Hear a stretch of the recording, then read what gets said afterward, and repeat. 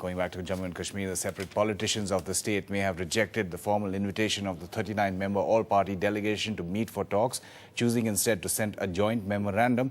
But now NDTV has learned that individual members of the delegation will be dropping in to meet with key separatists at their residence.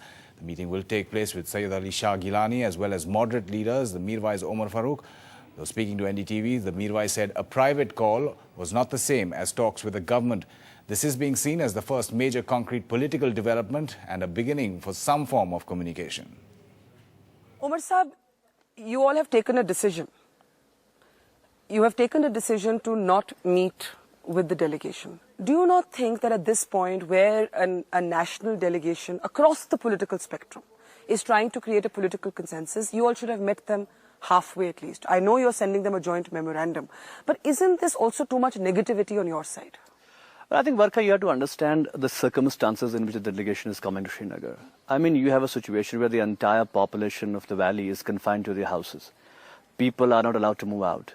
People don't have food. Children don't have milk. We don't have medicines.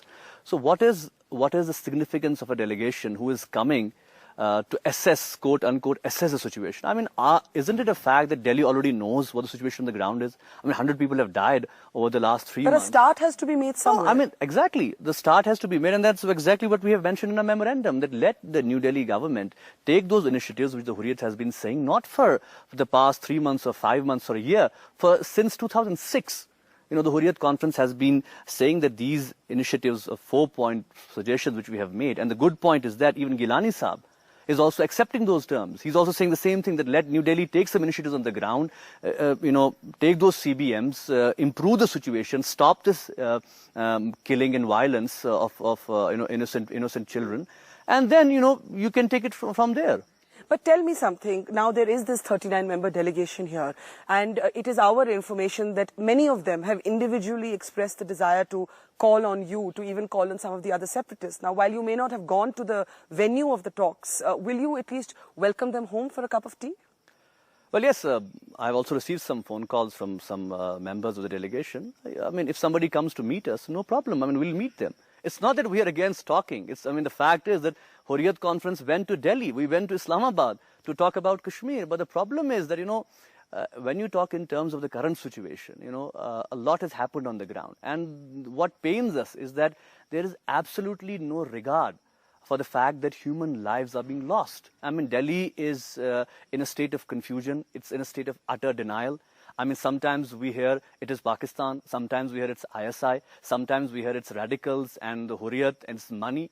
I mean, We've also heard that some of it is spontaneous. I think the Prime Minister acknowledged that the government's assessment was some of it is spontaneous, some of it is orchestrated or instigated. No, I think, you have to understand the fact that, you can't brush aside the aspirations. What is happening in Kashmir today is not that people are asking for incentives, for money, for jobs, for any other thing. It's not a question of people wanting to jump into the mainstream. People have, you have to understand, this is the 4th generation of Kashmiris after 1947 who are living in a situation of political instability.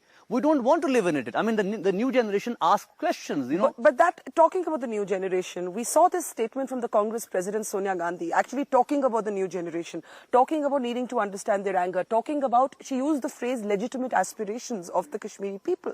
Now, do you not think, and I ask this again, and I'm glad to hear that you will be receiving some of the delegation members at your house, do you not feel that you need to meet this sort of statement, at least by welcoming it, by receiving it as a good start? It's not a question of just welcoming, Barkha. The fact is that we have heard these statements over the years. I mean, look at the statements of Vajpayee. Look at the statements of Prime Minister Singh, Sonia Gandhi. Yes, there are very nice statements. But the question is, where is the action?